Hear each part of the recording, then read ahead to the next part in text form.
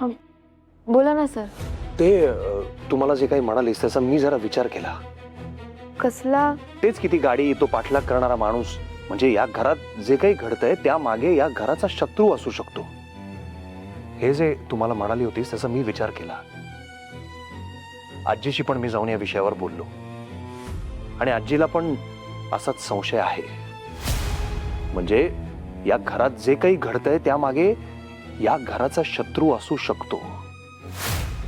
पण आता काय झालंय ना वृंदा, कळत नकळत तू या सगळ्याशी जोडली गेलीस आणि मला हे नाही आवडत आहे. मला त्याचा त्रास होतोय. नाही म्हणजे तुझा कशाशी काही संबंध नसताना माझ्याशी आणि या घराशी जोडलेल्या गोष्टींची किंमत तुला मोजायला लागू नये म्हणून मला काळजी वाटते. अहो सर, नाही तसं. नाही, तू काही बोलणार नाहीस मला माहिती आहे, पण तुझ्यासाठी काही हे सगळं सोपं नाहीये, मी समजू शकतो. आणि म्हणून आता कुठलीही गोष्ट करताना विचार करून करावी लागणार आहे. कळतंय तुला मी काय म्हणतोय ते? हा. पण सर, तुमचा असा शत्रू कोण असेल आणि हे सगळं का करत असेल तो? कारण असं सांगता यायचं नाही ग लगेच. म्हणजे प्रॉपर्टीशी रिलेटेड काही असू शकतं किंवा जुनं काही वैर असू शकतं किंवा आणखीन काही असू शकतं. आणि काय आहे, जोपर्यंत आपल्याला कारण कळत नाही तोपर्यंत आपण कोणावर बोटही ठेवू शकत नाही. मला काय वाटतंय माहितीये, हे जेव्हा सगळं घडतं, या घटना जेव्हा घडतात तेव्हा कोणीतरी आपल्यावर लक्ष ठेवून असावं असं मला वाटतं. आणि म्हणून जास्त सावध राहायला हवं. ते राजकाकांनी आता घरात गोळी जी चालवली होती त्याविषयी मला जरा त्याच्याशी बोलायचं आहे. पण अभि, काय काका?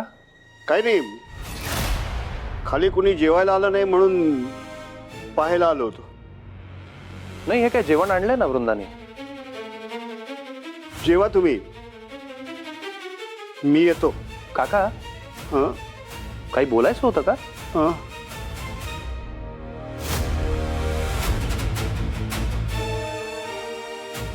नाही. बर. हो.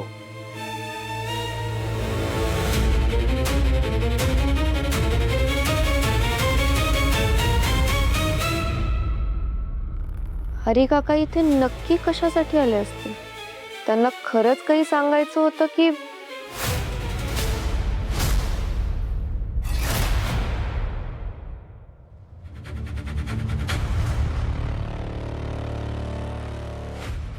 हरी काका, आओ, या उठा उठा, तुम्ही हळू, सावकाश. चाकू पडलाय ना?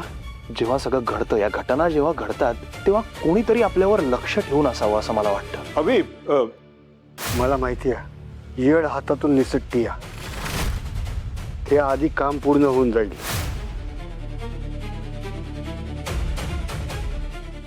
हे जे काही घडतंय तो फक्त योगायोग आहे असं किती दिवस म्हणायचंय मी अजून? शेरू,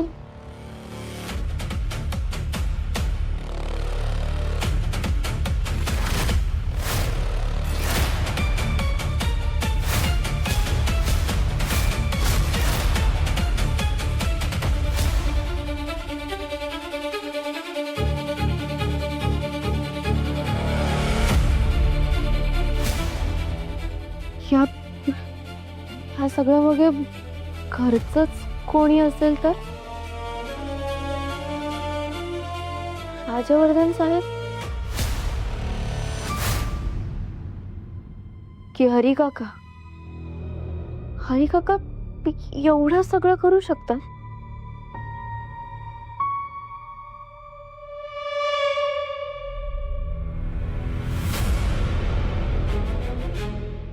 हरी काकांवर मी कितीही ठरवलं की हरी काकांवर संशय नाही घ्यायचा, तरी या सगळ्या योगायोगाचं काय?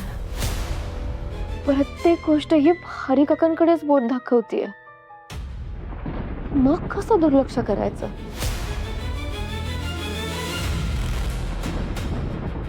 सत्य काय आहे ते माहिती नाहीये, पण ते जर शोधायचं असेल तर हरी काकांच्या प्रत्येक छोट्या छोट्या गोष्टींवर बारकाईने नजर ठेवावी लागणार आहे. प्रत्येक संशय खरा ठरेल असं नाही, पण डोळ्यांसमोर जे दिसतं त्याकडे दुर्लक्ष करणं पण बरोबर नाहीये. नजर ठेवावीच लागणार आहे.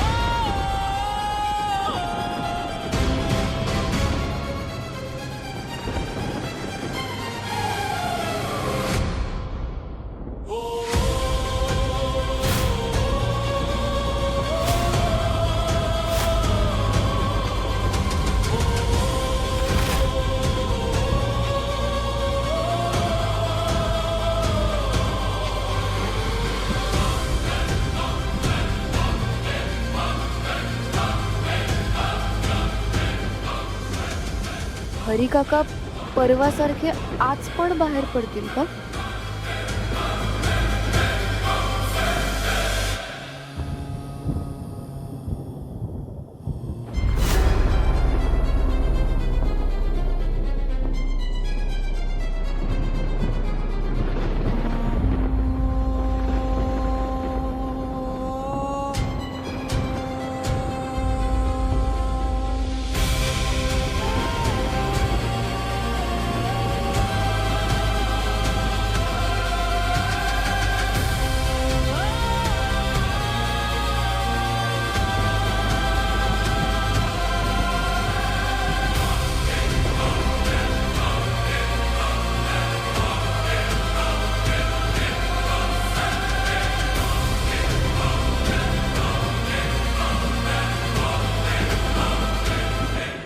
एवढ्या रात्री हरी काका आत्ता कुठे निघाले असतील हे?